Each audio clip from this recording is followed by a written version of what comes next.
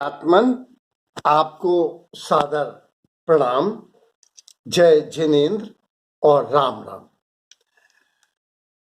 सभी धर्मों के श्रेष्ठतम अंश सभी धर्मावलंबियों के लिए हैं, कोई एक धर्म के लिए ही नहीं है। भक्तांबर उन्हीं में से एक विशेष रचना है जो विश्व स्तरीय भक्तिभाव से अलंकृत है। निष्काम भक्तिभाव का ऐसा श्रेष्ठतम ग्रंथ दूसरा देखने को मुश्किल से मिलता है।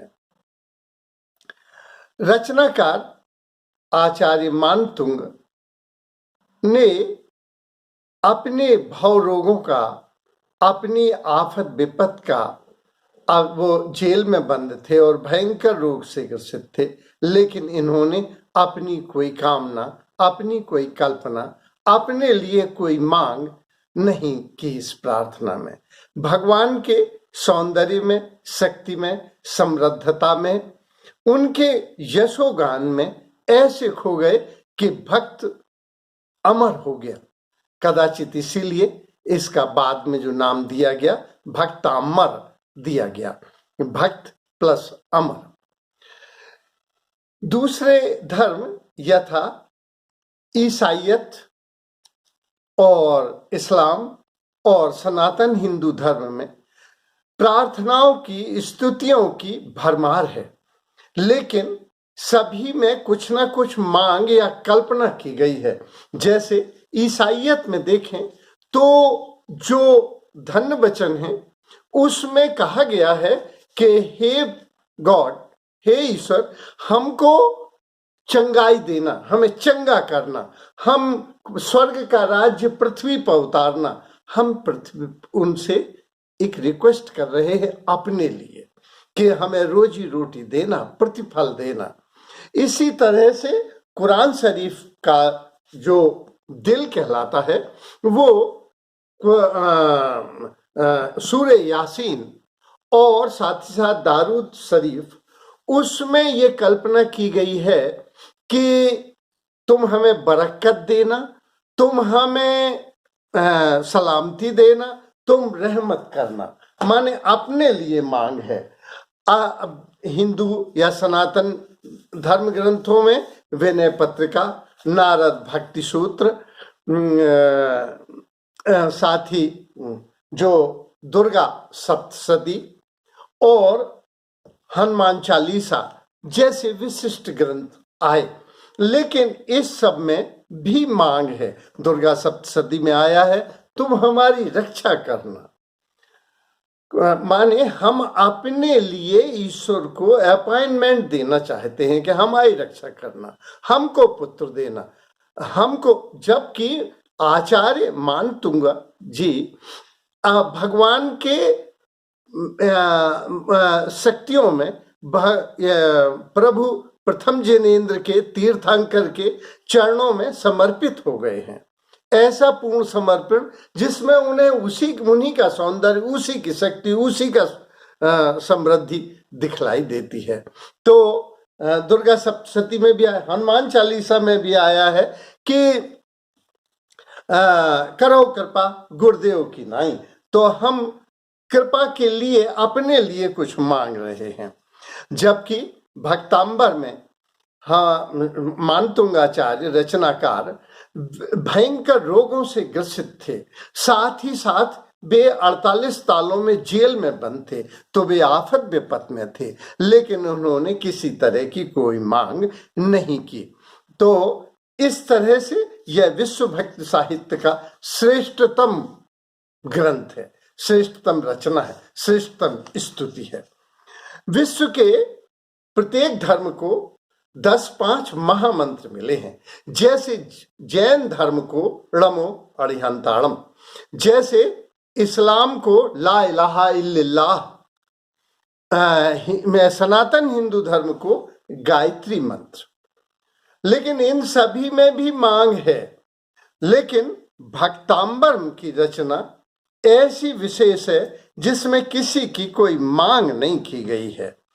ये एक इस तरह से मंत्र और भी मिले हैं, लेकिन जैन दर्शन को भक्तांबर के द्वारा 48 यह मंत्र मिले हैं। और मेरी तो मान्यता यह है कि यह यंत्र भी हैं, मंत्र भी हैं और तंत्र भी हैं। अपने आराध्य के गुणगान में इतनी तन्मयता है कि उनकी जो भाव बाधाएं थीं, जेल से ताले टूटना और रोग ठीक होना, ये बिना कहे परमात्मा से ठीक हो गए हैं। तो ये इस तरह से यह विश्व साहित्य का एक विश्व भक्ति साहित्य का एक अनुपम ग्रंथ है। इसको मानस के संदर्भ में मैं चाहता हूं कि हमारे हिंदू भाई बहन भी या दूसरे धर्मों के लोग इसको इस संदर्भ में समझने का प्रयास करें, ताकि हम भी इस श्रेष्ठतम ग्रंथ से अवगत हो सकें। इसमें पहला ही श्लोक आया है कि जो भक्ति भाव में झुकते हैं, जो झुकते हैं उनकी गौरव गरिमा बढ़ जाती है। देवता भी झुकते हैं, भगवान तक झुकते हैं। बाली के संदर्भ में आया है कि बलि से विष्णु भगवान ने मांगा था भिक्षा। तो जो झुकते हैं, जो भक्त झुकते हैं, जो भक्त होते हैं, बे उनके आगे उनकी गौरव गरिमा तो बढ़ ही जाती है। उनका उनकी भव बाधाएं तो हर ही ली जाती हैं। उनकी विनम्रता से उनका सौंदर्य तो बढ़ता ही है, पर और वे झुकते ही भव बंधनों से मुक्त हो जाते हैं। इसमें कुछ शब्द आए हैं, मुझे तो लगा ये भी मंत्र हैं। प्रणत, प्रणत माने प्रणाम करना, झुकना। प्रणत माने विनम्र होना। विनम्रता गीता में आया है, विद्या ददाति विनयम, विद्या विनय को देती है और विनय पात्रता को देती है। इसी तरह से दूसरा शब्द आया है प्रभा, आभा, विभा, तेज, गौरव, ओज। इस तरह से उनकी प्रभा बढ़ जाएगी जो विनम्र है। साथ ही अवलंबन आया है, किसी का भी आधार मिल जाए। पिता का आधार ही बहुत लौकिक जगत में महत्वपूर्ण हो जाता है, लेकिन अगर परमात्मा का आधार मिल गया है तो अवलंबन शब्द आसरा, सहारा। इसमें संभाव रामचरितमानस, अच्छा इस तथ्य की व्यक्ति रामचरितमानस में हुई है, वाल्मीकि रामायण में भी हुई है, गीता में भी हुई है, बाइबल में भी हुई है और कुरान में भी हुई है कि जो ईश्वर का सहारा लेते हैं उन्हें परमात्मा की महान अनुकंपा सहज सुलभ होती है। इसमें मानस में आया है, सकल कामनाहीन जे बे राम भगत रस लीन। जो सारी भक्ति में समर्पित हैं, बे भक्त उस रस में लीन हो जाते हैं। जे यह बार न धोई ते कायर कलकाल विलोए। जिसने भक्ति में अपने को सराबोर नहीं किया, वे कलकाल में भीग जाएंगे। इस तरह से दूसरा अर्थ आया है कि समस्त शास्त्रों को तत्व बोध से जानने वाले भी, आलोकित लोग भी जब ईश्वर को प्रणाम करते हैं तो मैं भी आपकी स्तुति करूंगा। माने महाजनों इन गतः सपंथा, जो महान लोग हैं जिस पथ पर चले हैं उस पथ पर मैं भी चलूंगा। इसमें तत्वबोध आया है शब्द। तत्वबोध शब्द ही अपने में जड़ से जानना, पूर्णता से समझना। फिर किला आया है संकल्प। जिसका संकल्प प्रगाढ़ है उसकी सिद्धि ज्यादा दूर नहीं है। आज्ञा चक्र पर संकल्प होता है और ब्रह्मरंध्र माने बहुत करीब हैं। तो इस तरह से मापी माने मैं भी संसार का कोई भी पुरुष अगर परमात्मा को प्राप्त कर सकता है, परमात्मा हो सकता है, तो मैं भी ये तीर्थंकर इस पृथ्वी पर ऐसे ही जन्मे थे, ऐसे ही घर परिवार में थे, ऐसे ही कांटे कंकड़ थे और इनमें अपने को परिष्कृत हुए। वे तीर्थंकर जिन होके और भगवान हो गए, मोक्ष को प्राप्त हो गए।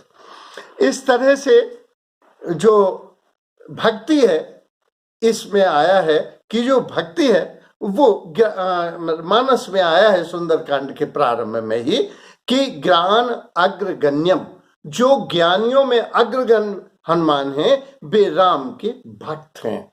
तो इसको भी तत्व से जानने वाले ऋषि लोग जिन्हें प्रणाम करते हैं, मैं भी उन्हें प्रणाम करता हूं। गीता में आया है कि ज्ञानी से भक्त बड़ा है। कबीर ने भी लिखा है कि कबीर के बारे में कहा जाता है कि जो ज्ञानाश्रय शाखा का सर्वोच्च कवि था वह परम भक्त था। तो तीसरे और चौथे में आया है कि आपके अनंत गुणों को कौन कह सकता है, यह मेरा निर्लज्ज बाल प्रयास है।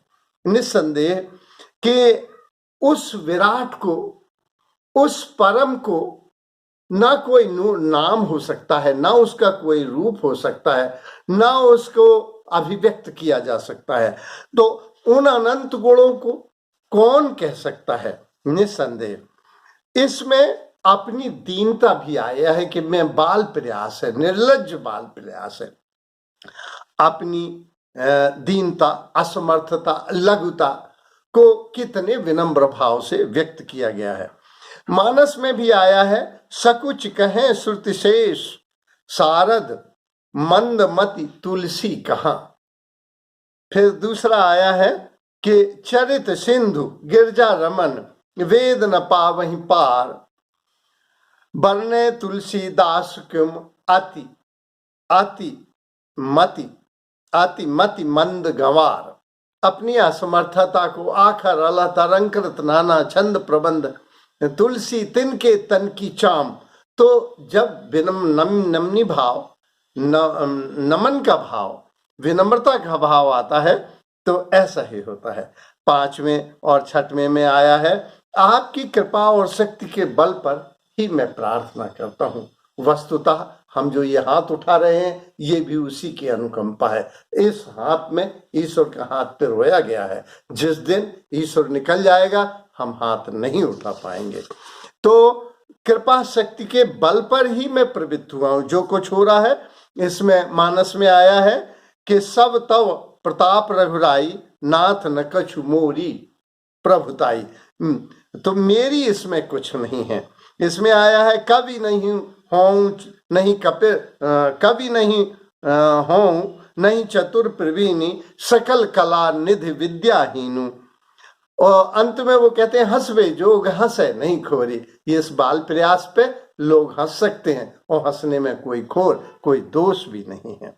सातवें में आया है कि जो भक्त में लीन होते हैं उनकी पाप जन्म जन्मांतर के धुल जाते हैं। निस्संदेह सातवीं स्तुति महत्वपूर्ण है। गीता में आया है कि जो मामेकम शरणम ब्रज, मेरे शरण में आ जा। जो भक्ति में लीन होके समर्पित हुआ, जो भक्त हुआ, जो प्रेम की पराकाष्ठा पे पहुंचा, वह भक्त स्वतः ही उसके पाप नष्ट हो जाते हैं। इसमें आठवें में आया है कि स्तुति के ही चमत्कार हैं। ये स्तुति, ये प्रार्थना का ही परम प्रसाद है, इसमें मेरा कुछ नहीं। निस्संदेह मैथिली शरण गुप्त ने भी लिखा था साकेत में कि राम तुम्हारा काव्य स्वयं ही, राम तुम्हारा चरित स्वयं ही काव्य है, कोई कवि बन जाए सहज संभाव्य है। आपकी कथा पाप नाशक है। इसमें मानस में आया है, प्रथम भगति संतन कर संगा दूजन मन कथा प्रसंगा। कथा ही महत्वपूर्ण है। ये मानस में आया है, इसको समझें इस तरह, मंगल करनी कल मलहरनी तुलसी कथा रघुनाथ की। फिर आया है, पूछे रघुपत कथा प्रसंगा सकल लोक जग पावन गंगा। कथा ही पावन गंगा है। इसमें जो स्नान कर लेते हैं वे पवित्र हो जाते हैं। राम कथा सुंदर करतारी संशय विहग उड़ावन हारी। राम कथा कली बिटप कुठारी सादर सुन गिरिराज कुमारी। तो जो उनकी कथा ही पाप नाशक है। इसके बाद भक्त आपकी कृपा के से आपके तुल्य हो जाते हैं। वस्तुतः जब बड़े आदमी की भक्ति करते हैं तो उसका बड़प्पन ही तब है जब वह अपने बराबर ला दे। तो इसमें विशेष बात यह है कि सोई जानो जेव दे जनाई, जानत तुम्हें तुम ही हो जाई। हे परम रूप, तुम्हें देखने के बाद अब दूसरा कौन देखेंगे। इस तरह तुलसीदास जी ने कहा है, रामचंद्र कृपाल भजमन हरणम नवकंज लोचन कंज मुख। तो इस तरह से उस परम को देखने के बाद इस संसार में कुछ बचता नहीं है। आप अद्वितीय हैं, ये एको ब्रह्म द्वितीय नास्ति की चर्चा आई है। आप सरिस खोजों में जाई, राम ने भी कहा है, कहाँ बापरो रंग। आपके अनंत गुण तीनों लोकों में, ये गीता में आया है, 3 गुण हैं जो इस संसार में विरच रहे हैं। हे तपोधन, आप सुमेर पर्वत की तरह अडिग हैं, तो आपकी समाधि अडिग है। सकल का कला करिकोट विधि हार्यो सेन समेत, चली ना टली ना अचल समाधि शिव को हृदय निकेत। हे प्रकाश रूप, आपको प्रणाम। तो सहज प्रकाश रूप भगवाना, जहां तहाँ विज्ञान निधाना। प्रणाम।